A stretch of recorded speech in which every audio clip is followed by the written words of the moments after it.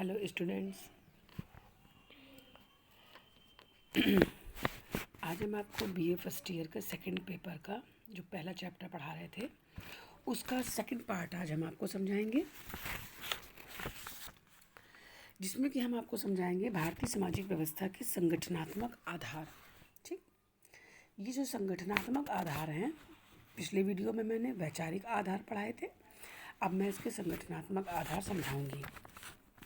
देखिए, भारतीय सामाजिक व्यवस्था का जो संगठनात्मक आधार है उसका पहला पॉइंट है वर्ण व्यवस्था।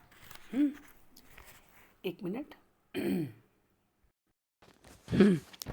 इसका हमारा पहला आधार है, पहला पॉइंट है, पहली हेडिंग है हमारी वर्ण व्यवस्था। देखिए, वर्ण व्यवस्था, वर्ण क्या होते हैं, सोचा है कभी? वर्ण व्यवस्था, हमारा भारतीय समाज 4 वर्णों में विभक्त है। ठीक है, हमारे भारतीय समाज के जो लोग हैं वो 4 वर्णों में कहे गए हैं।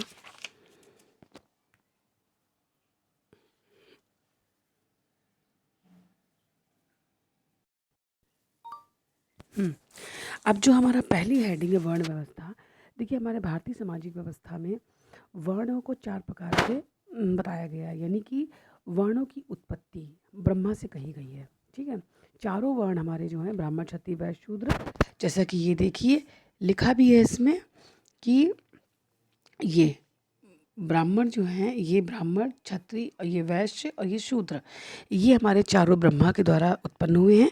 कहते हैं ब्राह्मण की उत्पत्ति ब्रह्मा के मुख से हुई है, क्षत्रियों की ब्रह्मा की छाती से हुई है, वैश्यों की ब्रह्मा की जंघा से हुई है जो थाई कहलाती है, और शूद्रों की उत्पत्ति जो है वो ब्रह्मा जी के पैरों से कही गई है। तो इसी प्रकार से इनका, जिस प्रकार से हमारे शरीर में पे मस्तिष्क का, फिर छाती का, फिर उसके बाद में जंघा का और फिर पैरों का स्थान होता है, उसी प्रकार से वर्ण व्यवस्था में इन सब का स्थान वरीयता क्रम में होता है। सबसे ऊपर ब्राह्मण होते हैं। तो पहले वर्ण किसको कहते हैं हम बताएंगे। वर्ण हमारे होते हैं, वर्ण का तात्पर्य होता है कि वृत्ति, स्वभाव या रंग से होता है, यानी कि जो व्यक्ति एक विशेष, कुछ व्यक्ति जो होते हैं या एक व्यक्ति कुछ विशेष वृत्ति, व्यवसाय के द्वारा जीविका उपार्जित करता है, वो एक वर्ण का सदस्य कहलाता है। ठीक, तो वर्ण में ब्राह्मण का काम क्या था? इनका काम था पठन पाठन का काम था। ये देखिए लिखा है, ये वाला पठन पाठन का काम था, और इनका सामाजिक संगठन में सर्वोच्च स्थान प्राप्त था, क्योंकि विद्या अध्ययन अपने आप सबसे पवित्र कार्य कहा गया है, विद्या अध्ययन करवाना। तो ये इसलिए इनको सबसे, इनका सामाजिक व्यवस्था में, संगठन में इनका सबसे सर्वोच्च स्थान था। फिर आता है क्षत्रिय। क्षत्रियों का काम था प्रजा की रक्षा करना, दान देना और शक्ति का प्रयोग करना, यानी कि अपनी सीमाओं के, राज्य की सीमाओं की रक्षा करना। फिर आता है वैश्य का काम था समाज का भार उठाना और पशुओं की रक्षा करना और व्यापार करना, है ना, और हमारा इनका काम था व्यापार करना। फिर उसके बाद में शूद्रों का काम है अन्य वर्गों की सेवा करना, यानी ब्राह्मण, क्षत्रिय, वैश्य वर्ग हैं, इन वर्ण हैं, इन सब की वर्णों की सेवा करना, यानी इनका सबसे निकृष्ट समाज में स्थान था, और इनको सबसे नीचे के कार्य दिए जाते थे, जैसे कि मलमूत्र उठाना, सफाई करना, नाले साफ करना, ऐसे प्रकार की। इनका मंदिरों में प्रवेश वर्जित था पहले, लेकिन वर्तमान परिप्रेक्ष्य में ऐसा कुछ भी नहीं है। ठीक, फिर उसके बाद में हमारा उसके बाद में ये हमारा, एक मिनट,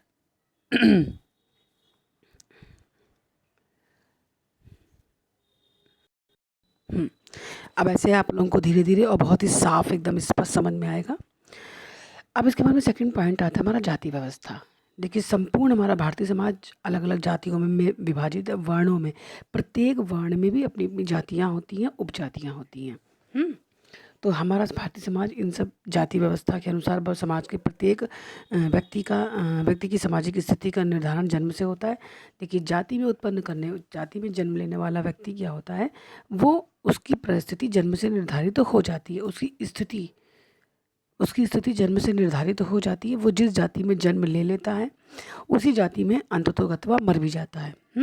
और व्यक्ति जिस जाति में जन्म लेता है उसमें कोई उसका परिवर्तन वो नहीं कर सकता है। ठीक है, उसमें वो कोई भी परिवर्तन नहीं कर सकता। चाहे आप अपने वर्ग में परिवर्तन कर सकते हैं, उच्च वर्ग और निम्न वर्ग जो होता है, आप अपने वर्ग में परिवर्तन कर सकते हैं, लेकिन आप अपने वर्ण में, जाति में कोई परिवर्तन नहीं कर सकते। हम उसके बाद तीसरा पॉइंट आता है हमारा आश्रम व्यवस्था। आश्रम व्यवस्था में हमारा क्या कहा गया है, हमारे हिंदू समाज में प्रत्येक व्यक्ति का जीवन 100 वर्ष तक का माना गया है। उसके हिसाब से उसके 25-25 वर्षों में उसके चारों आश्रमों को बांट दिया गया है। हमारे यहाँ 4 प्रकार के आश्रम कहे गए हैं: ब्रह्मचर्य आश्रम, गृहस्थ आश्रम, वानप्रस्थ आश्रम और संन्यास आश्रम। ठीक है। अब इसके बाद में ब्रह्मचर्य आश्रम में क्या था, व्यक्ति का एकमात्र कर्तव्य था शिक्षा अथवा ज्ञान प्राप्त करना। शिक्षा और ज्ञान प्राप्त करना था। इससे क्या होता है, शिक्षा और ज्ञान प्राप्त करने से व्यक्ति की बौद्धिक प्रगति होती है और बौद्धिक प्रगति के द्वारा समाज को हम संगठित रख सकते हैं। ठीक है। अगर हम एजुकेशन लेंगे, जब हम शिक्षा लेंगे तो हमारी बुद्धि का विकास होता है, तो उस प्रकार से हम सोच सकते हैं कि ऐसा हम क्या कुछ करें, ऐसा क्या हो कि हमारा समाज संगठित रहे, विघटन की ओर ना जाए। बगैर पढ़ा लिखा व्यक्ति इन सब ऊंचे बातों की ओर सोच भी नहीं सकता है। फिर उसके बाद में है कि 25 वर्ष की यहाँ पे आयु उसकी पूरी हो जाती थी। फिर उसके बाद विवाह होने के पश्चात में वो गृहस्थ आश्रम में प्रवेश करता था, यानी कि 26वें वर्ष के होते होते उसका विवाह हो जाना अनिवार्य था और गृहस्थ आश्रम में प्रवेश करता था। इस आश्रम में क्या करता था, व्यक्ति को ये कर्तव्य था व्यक्ति का कि वो संतान को जन्म दे। संतान को जन्म क्यों दे, ताकि परिवार की निरंतरता बनी रहे, वंश की निरंतरता बनी रहे। और विभिन्न वर्णों और विभिन्न ऋणों से उऋण हो पिछले पार्ट 1 में मैंने वीडियो में पढ़ाया था कि हमें विभिन्न प्रकार के ऋणों से ऊर्ण होने के लिए, ऊर्ण मतलब मुक्त होने के लिए हमें कुछ आर्थिक और धार्मिक कर्तव्यों को हम पूरा करेंगे, कुछ अपने धार्मिक कर्तव्य निभाएंगे, कुछ अपने ऋषि ऋण, जितने भी मैंने पिछले वीडियो में ऋण बताए थे, यज्ञ बताए थे, तो उनको हम करने के लिए हमें पहले समाज का कर्तव्य निभाना पड़ता है, सामाजिक दायित्व हमको निभाना पड़ता है, अपना पारिवारिक दायित्व निभाना पड़ता है। तो उसमें हम संतान को जन्म दें और विभिन्न ऋणों से ऊर्ण होने के लिए अपने आर्थिक और धार्मिक कर्तव्यों को भी हम पूरा करें। किसमें, गृहस्थ आश्रम में। ठीक। उसके बाद में हमारा आता है वानप्रस्थ आश्रम। ये 50 वर्ष की आयु पूरी हो जाने पर व्यक्ति वानप्रस्थ आश्रम में प्रवेश कर जाता है। इसमें क्या करता है व्यक्ति, इसमें व्यक्ति को परिवार के दायित्व से अलग होकर के एक अपना आध्यात्मिक विकास करना आवश्यक होता है। भाई आपने 26 से लेकर 50 साल तक तो अपना गृहस्थ आश्रम के दायित्व निभा लिए, संतानोत्पत्ति, परिवार की देख रेख, उनके लिए भविष्य के लिए संपत्ति का संचय भी आपने कर दिया। फिर उसके बाद में आपको वानप्रस्थ आश्रम के लिए अब आपको दुनियादारी से, मोह माया से दूर होकर के थोड़ा अपने आध्यात्मिक विकास इंसान को करना होता है। इसके लिए आपको अलग होना ही पड़ेगा, ठीक, परिवार से। फिर चौथा है हमारा संन्यास आश्रम। संन्यास आश्रम क्या है, ये आयु के अंतिम स्तर पे होता है, यानी कि 76 के बाद होता है। अब इसमें इंसान आध्यात्मिकता को भी प्राप्त कर चुका होता है, पारिवारिक जिम्मेदारियों को भी पूरा कर चुका होता है। फिर वो क्या बोलते हैं, ये संन्यास आश्रम की ओर फिर वो चल देता है। और इससे हमको क्या समझ में आता है कि ये सभी आश्रमों की व्यवस्था क्यों की गई थी। इन सभी आश्रमों के द्वारा हमको ये स्पष्ट होता है कि व्यक्ति का जो संपूर्ण जीवन है वो केवल अपने लिए नहीं है कि आपने अपना बनाया, खाया, सोया, कपड़ा पहने, पिक्चर देखी, मोबाइल चलाया और ख़त्म। नहीं, आपका जीवन केवल अपने लिए नहीं है, बल्कि संपूर्ण समाज के लिए आपका जीवन है। इसीलिए आपको 25-25 भागों में विभाजित कर दिया गया है। 25 वर्ष ये, 25 वर्ष ये, फिर 25 ये, फिर 25 वर्ष ऐसे आपको जीने हैं। इसके फलस्वरूप क्या होता है, इसके फलस्वरूप हमारी भारतीय सामाजिक व्यवस्था में व्यक्तिवाद के स्थान पे सामूहिकता की भावना को प्रोत्साहन मिलता है। मतलब आप केवल स्वयं को, अपने को ही प्रोत्साहित करते रहें, स्वयं को ही इम्पोर्टेंस देते रहें, नहीं, आपको इन जो आप अलग अलग ग्रुप में जी रहे हैं, एज ग्रुप में, अलग अलग आश्रमों में आप प्रस्थान कर रहे हैं आगे आगे, उसमें आप पूरे ग्रुप को लेकर के चलते हैं ना। परिवार क्या है, परिवार के लिए अगर नहीं सोचेंगे तो फिर आप व्यक्तिवादी हो जाएंगे, और व्यक्तिवादी नहीं होंगे तो फिर आप परिवारवादी तो होंगे ही होंगे, समूहवादी तो होंगे ही आप। ठीक है। तो इस प्रकार से हमारी आश्रम व्यवस्था पूरी होती है। फिर आता है हमारा संयुक्त परिवार व्यवस्था। संयुक्त परिवार क्या है, जहाँ पे 2 या 2 से अधिक पीढ़ियों के लोग एक साथ रहते हैं। रुकिए, अब हम उसकी निकालते हैं।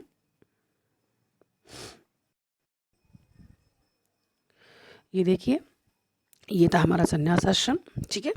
अब उसके बाद में अब हम ये पॉइंट पढ़ा रहे हैं, संयुक्त परिवार व्यवस्था। अब संयुक्त परिवार व्यवस्था क्या है भारतीय सामाजिक व्यवस्था में, कि इसके आधार, हमारा आधार है संयुक्त परिवार व्यवस्था, बेस है हमारे भारतीय समाज का। कैसे है, जिसमें जब देखिए, जब 2 या 2 से अधिक पीढ़ी के लोग एक साथ निवास करते हैं, एक साथ उनका खाना पीना होता है, एक साथ उनके मतलब किचन भोजन की व्यवस्था होती है, पूजा स्थल एक होता है और परिवार का एक मुखिया सर्वोपरि होता है। ठीक है, वह हमारा संयुक्त परिवार कहलाता है। अब देखिए, बहुत ही पहले के काल से यानी बहुत प्राचीन काल से संयुक्त परिवार हमारा जो है भारतीय सामाजिक व्यवस्था का एक प्रमुख आधार भी रहा है, आधार ही रहा है ये हमारी भारतीय सामाजिक व्यवस्था का। और भारत में सदैव से ही ऐसे परिवारों को महत्व दिया गया है जिसमें एक व्यक्ति जो होता है वो उसके भाई, माता पिता, विवाहित, अविवाहित, पुत्र पुत्रियाँ, है ना, और उनकी पत्नियाँ और समीप के दूसरे रक्त संबंधी जो होते हैं वो साथ साथ रहें। और सभी सदस्य परिवार की आय का सम्मिलित रूप से उपयोग भी मतलब करते हैं वो सब लोग, और एक ही रसोई घर में बना हुआ भोजन करते हैं। ठीक, और धार्मिक कार्यों में सब मिलजुल कर एक साथ होकर के एकजुटता से हिस्सा लेते हैं। ऐसे परिवारों को ही हम संयुक्त परिवार कहते हैं। समझ में आ रहा है? ऐसे परिवारों को जहाँ पे कई पीढ़ियों के लोग एक साथ रहते हों, ऐसे लोगों को हम संयुक्त परिवार कहते हैं। अब आजकल क्या है, न्यूक्लियर फैमिली का ज़्यादा चलन है। एक तरीके से न्यूक्लियर फैमिली में क्या होता है, एक आके परिवार में पति पत्नी और उनके अविवाहित बच्चे बस रहते हैं। ठीक है, अब हम इसके अपने नेक्स्ट पॉइंट की ओर चलेंगे। पांचवा पॉइंट है हमारा, हेडिंग है हमारी गांव पंचायत व्यवस्था। तो देखिए, गांव पंचायत व्यवस्था क्या है, इसमें पंचों के आदेश होते थे और ईश्वरी आदेश होते थे। पंच परमेश्वर की धारणा का विकास हुआ यहाँ पर। अब इसको और हम जरा विस्तार से समझाएंगे आपको।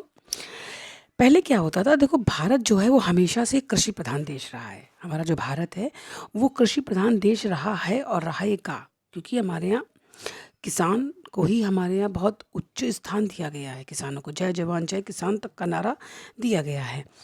तो इसलिए यहाँ पे क्या है, वो सामाजिक व्यवस्था को सुदृढ़ करने के लिए बहुत पहले से ही यानी प्राचीन काल से ही गांव पंचायतों को सबसे ज़्यादा महत्व दिया गया था, क्योंकि गांव सर्वोपरि थे। तो गांव की पंचायतों को भी महत्व इसलिए दिया गया था।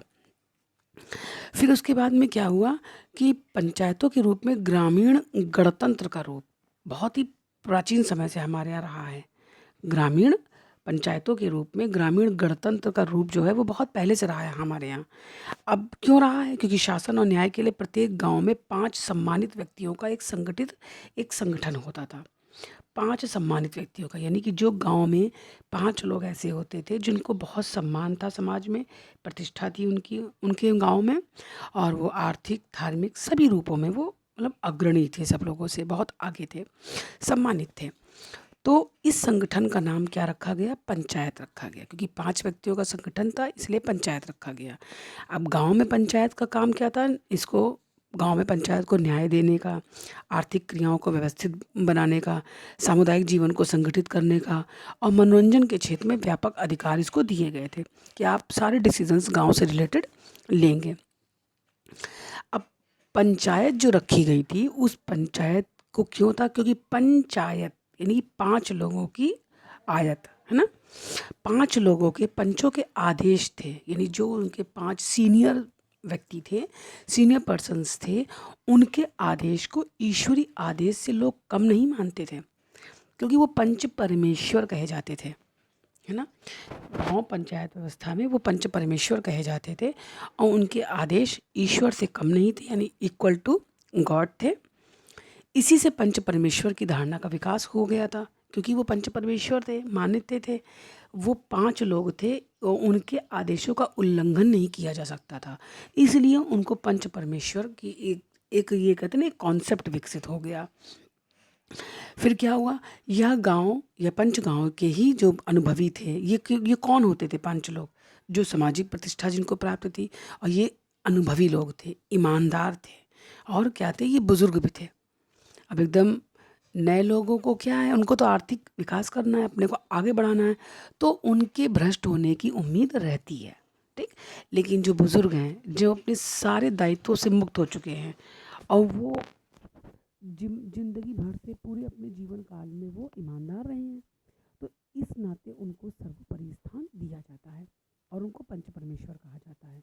और उनकी आज्ञा का पालन करना या उनकी जो बातें उन्होंने एक निर्णय के रूप में कह दी हैं, उसका पालन करना ही उनका अपना कर्तव्य से वो सब गांव के लोग, बाकी लोग समझते थे। ठीक है, तो इस प्रकार क्या किया था, फिर पंचायतों ने भारत में हमारी सामाजिक व्यवस्था को सुदृढ़ करने में ग्राम पंचायतों का भी महत्वपूर्ण योगदान रहा है। मतलब एक उनका एक अतुलनीय स्थान रहा है। इन्होंने भी हमारी भारतीय सामाजिक व्यवस्था को बहुत ही सुदृढ़ता प्रदान की है। ठीक, आई होप समझ में आ रहा होगा। अगर समझ में आ रहा हो तो कमेंट बॉक्स में बता देना बच्चों, तो अच्छा लगता है थोड़ा देख करके कि आप लोगों को समझ में आ रहा है। ठीक, अब हम अपने नेक्स्ट पॉइंट यानी 6 पॉइंट की ओर चलते हैं। इसका है विवाह का धार्मिक स्वरूप। देखिए, विवाह हमारे लिए क्यों आवश्यक है। लोग सोचते हैं कि लड़की बड़ी हो गई, लड़का बड़ा हो गया है, किन्हीं गलत रास्तों पे ना निकल जाए, इसलिए इनका विवाह कर देना चाहिए। तो वो गलत रास्ते कौन क्या होते हैं? काम और यौन की इच्छा, है ना, काम अथवा यौन की इच्छा होती है। ये एक मनुष्य की नीड होती है। और इसके पश्चात भी क्या करता है, समाज में हम जब काम को स्वतंत्र छोड़ दिया जाता है, यानी कि जब वैवाहिक बंधन से व्यक्ति मुक्त होकर के जीवन जीता है, तो वह व्याभिचारी हो जाता है, उस पर कोई नियंत्रण नहीं रखा जा सकता है। तो और इससे क्या होगा, जब नियंत्रण नहीं होगा तो सामाजिक व्यवस्था जो है वो सुदृढ़ नहीं रह पाएगी। ठीक, जब बलात्कार, कामाचार, पापाचार, व्याभिचार ये सब जब बढ़ जाएंगे तो आपका समाज कहाँ जाएगा? वो तो रसातल में जाएगा, विघटन की ओर चला जाएगा। ठीक, इसके लिए व्यक्ति को नियंत्रित करने के लिए और उसकी यौन संतुष्टि के लिए उसको विवाह, मतलब एक विवाह संस्था में उसको पढ़ना ही पड़ता है, पढ़ना ही होता है। विवाह अत्यावश्यक समाज में कहा गया है। इसके द्वारा क्या होता है, व्यक्ति गृहस्थ आश्रम में भी तो प्रवेश करता है, तो यानी कि विवाह गृहस्थ आश्रम का प्रवेश द्वार भी कहा गया है। ठीक है, और विवाह हमारे यहाँ समझौता नहीं है। अदर जब हम रिलीजन को देखते हैं तो वहाँ एक विवाह एक कानूनी समझौता होता है। लेकिन हमारे यहाँ विवाह धार्मिक स्वरूप है। जिस घर में डोली आई है उस घर से अर्थी निकले, यही स्वप्न लेकर के या यही शिक्षा लेकर के एक कन्या अपने मायके से ससुराल की ओर प्रस्थान करती है, उसको यही शिक्षा ही दी जाती है। ठीक, तो विवाह का हमारा धार्मिक स्वरूप है, उसको धर्म के बराबर मानकर निभाया जाता है। क्लियर, ये पॉइंट हो गया। अब हम आएंगे संस्कारों द्वारा व्यक्ति का समाजीकरण। इस पॉइंट पे अब हम आएंगे संस्कारों द्वारा व्यक्ति का समाजीकरण। संस्कार, बहुत प्रकार के संस्कार हमारे हिंदू व्यवस्था में हैं, है ना। और समाजीकरण देखिए क्या होता है। समाजीकरण है जीवन पर्यंत चलने वाली सीखने की क्रिया, सीखने की प्रक्रिया। एक हम जीवन भर सीखते हैं। बालक जब धरती पे आता है, माँ के गर्भ से बाहर आता है, तो वो कुछ ही दिनों बाद, कहीं ना कहीं कुछ महीनों बाद वो सीखना शुरू कर देता है और मृत्यु के अंत तक वो सीखता रहता है ना। समाजीकरण में व्यक्ति जब बालक करवट लेना सीखता है, आवाज़ सुनना सीखता है, तो वो उसको परिवार के लोग सिखाना शुरू कर देते हैं। वहाँ उसका समाजीकरण शुरू हो गया। इसकी भी अवस्थाएं हैं समाजीकरण की भी, वो आगे जब समाजीकरण का चैप्टर पढ़ाएंगे तब आपको उसमें विस्तार से समझाएंगे।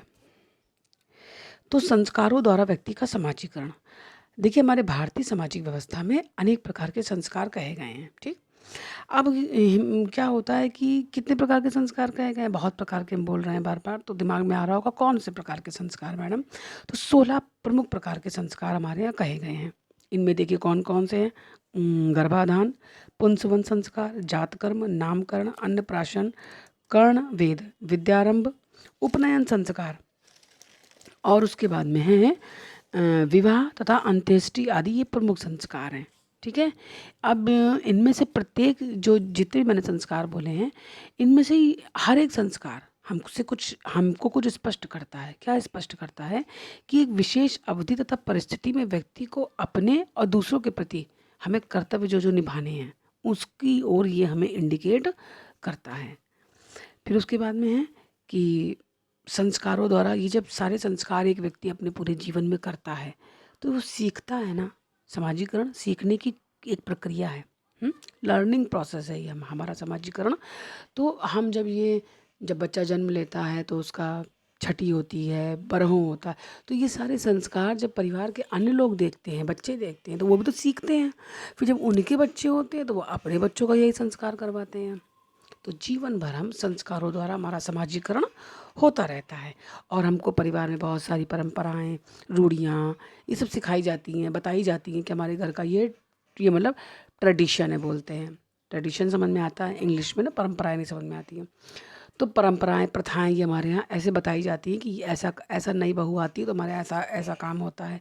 मतलब अगर कोई जाता है तो इस दिन को नहीं जाते हैं, इस दिन को विशेष इस दिशा में नहीं जाते हैं, इस दिशा में जाते हैं, ऐसे बोलते हैं।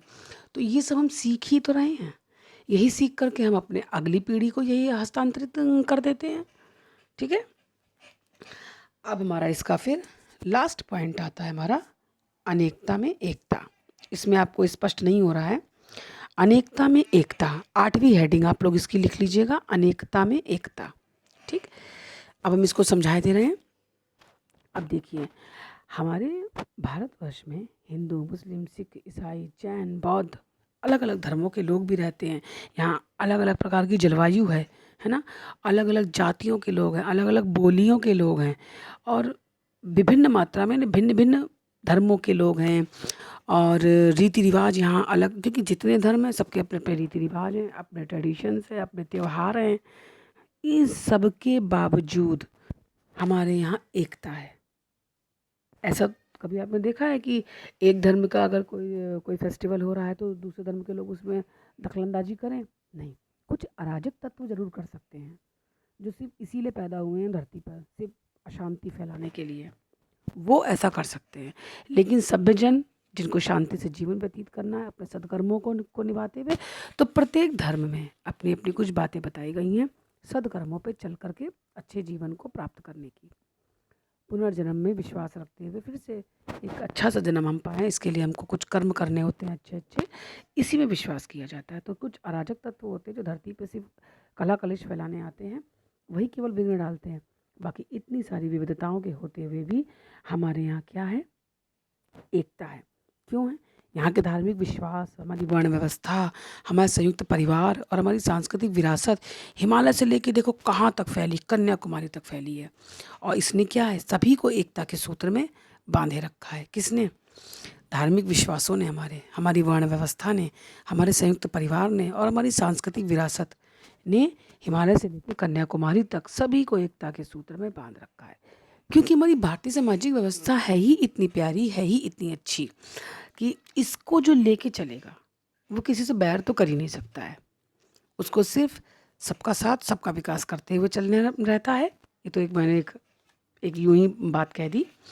ठीक है, तो यहाँ पर अब हमारी सबका साथ सबका विकास मैं किसी को फॉलो नहीं कर रही हूँ, लेकिन ये है कि इतनी सारी विविधताओं के होते हुए भी हमारी भारतीय सामाजिक व्यवस्था में जो मतलब जो यहाँ के विश्वास हैं, धार्मिक विश्वास हैं और वर्ण व्यवस्था है, जाति व्यवस्था है, हमारा संयुक्त परिवार की व्यवस्था है, हमारा कल्चर है, ये कल्चर जो है हमको एकता के सूत्र में बांधे रहता है। हम कहीं पर भी जाएं, बाहर जाएं, विदेशों में जाएं, वहाँ से जब हम वापस अपने यहाँ आते हैं तो फिर हम वही एकता के सूत्र में अपने आप को बंधा हुआ महसूस करते हैं। और वहाँ पर भी, विदेशों में भी हमारा यही प्रयास रहता है कि हम वहाँ जा कर के कुछ अपने भारतीय पुट छोड़ करके आ जाएं।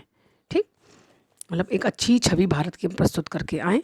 ये हमारी भारतीय सामाजिक व्यवस्था का एक कह दो कि एक हमारी भारतीय सामाजिक व्यवस्था की एक विशेषता है कि वो जहाँ भी जाए, जहाँ भी जिस धर्म, जिस गुण में भी, जिस देश में भी जाती है, वो वहाँ एक अपना एकता का संपुट छोड़ करके आती है। ठीक, अब हमारा इस टॉपिक पे, इस लेक्चर मतलब इस वीडियो में हमारा ये इतना टॉपिक हमारा क्लियर होता है। ठीक, अब इसके बाद में हम पढ़ाएंगे आपको भारतीय सामाजिक व्यवस्था के, चलिए ये रहने दीजिए। अब हम इसके बाद अपने नेक्स्ट टॉपिक पे आते हैं, गांव पढ़ाएंगे, फिर कस्बा पढ़ाएंगे और फिर नगर पढ़ाएंगे। ठीक, देन हमारा ये एक चैप्टर 5 वीडियो में कंप्लीट हो जाएगा। मिलते हैं अब अपने नेक्स्ट वीडियो में बहुत ही जल्दी।